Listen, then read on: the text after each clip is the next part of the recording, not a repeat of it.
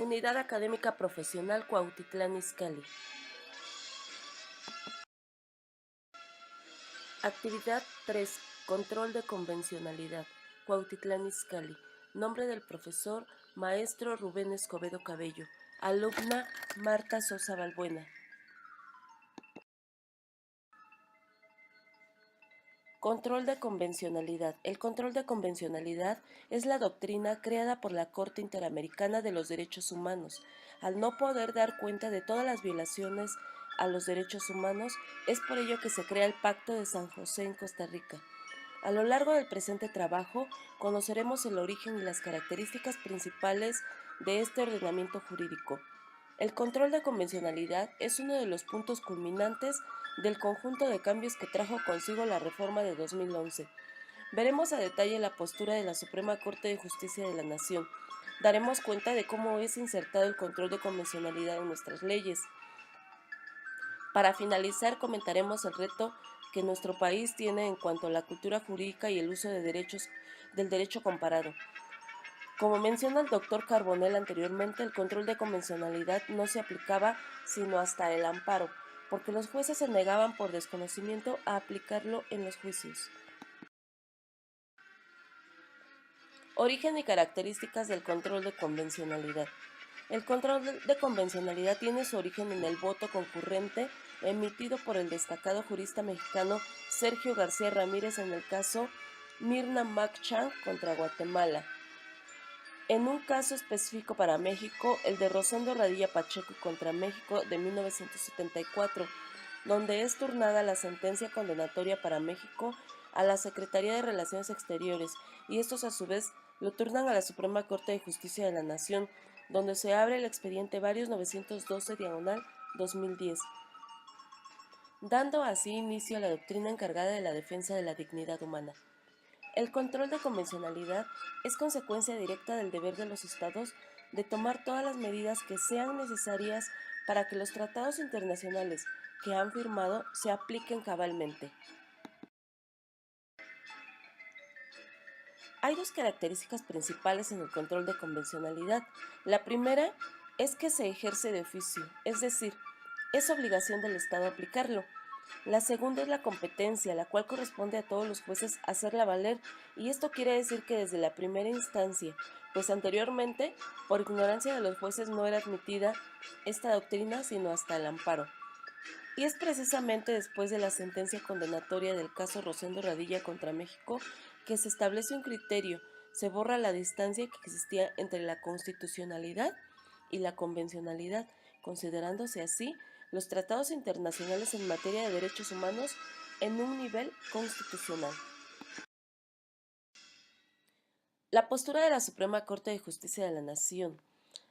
La Suprema Corte de Justicia de la Nación tuvo su oportunidad de fijar su postura sobre el control de convencionalidad en la resolución al expediente varios 912/2010, el cual se deriva de la consulta que el presidente de la Corte somete a consideración del Tribunal Pleno para efecto de la ejecución de la sentencia de la Corte Interamericana dictada en el caso Rosendo Radilla contra México. Existen 5 pronunciamientos realizados por la Suprema Corte y contenidos cada uno de ellos en distintas tesis jurisprudenciales.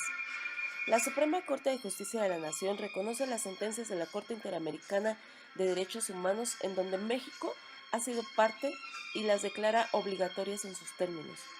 En cuanto a los criterios de la Comisión Interamericana de los Derechos Humanos que hayan derivado de asuntos donde México no sea parte, la Suprema Corte le da un carácter solo de orientados. La Suprema Corte de Justicia de la Nación, en congruencia con la Comisión Interamericana de los Derechos Humanos, sostiene que el control de convencionalidad corresponde a los jueces. De acuerdo con esta tesis, los jueces federales pueden llegar a afectar la vigencia de una norma general. Los jueces locales solamente se refieren a la aplicabilidad de las normas. En la quinta tesis derivada del mismo expediente, se establecen los pasos que deben seguirse por parte de los jueces a fin de llevar a cabo el control de constitucionalidad y de legalidad. La Corte Interamericana, por su parte, analiza los actos que llegan a su conocimiento en relación con normas, principios y valores de los tratados en los que funda su competencia contenciosa, es decir, si los tribunales constitucionales controlan la constitucionalidad, el Tribunal Internacional de Derechos Humanos resuelve acerca de la convencionalidad de esos actos.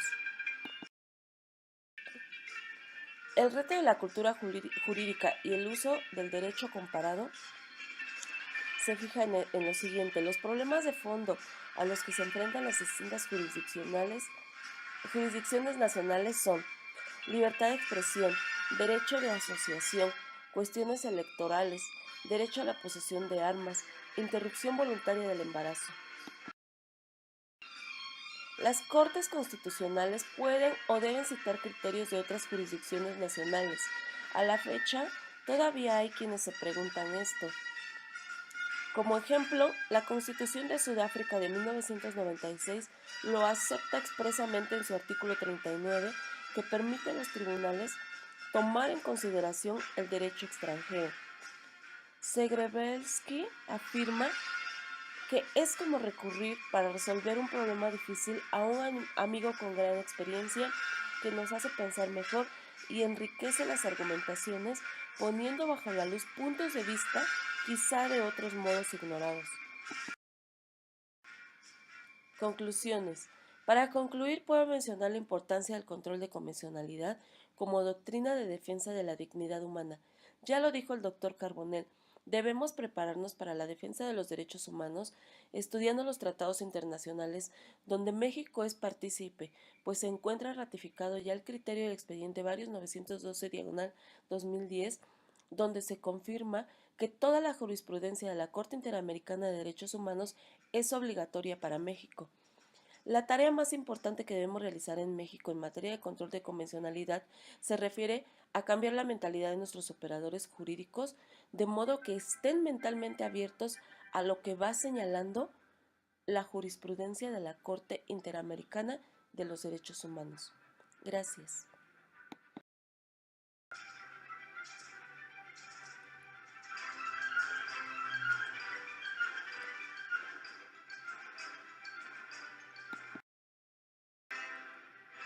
Gracias.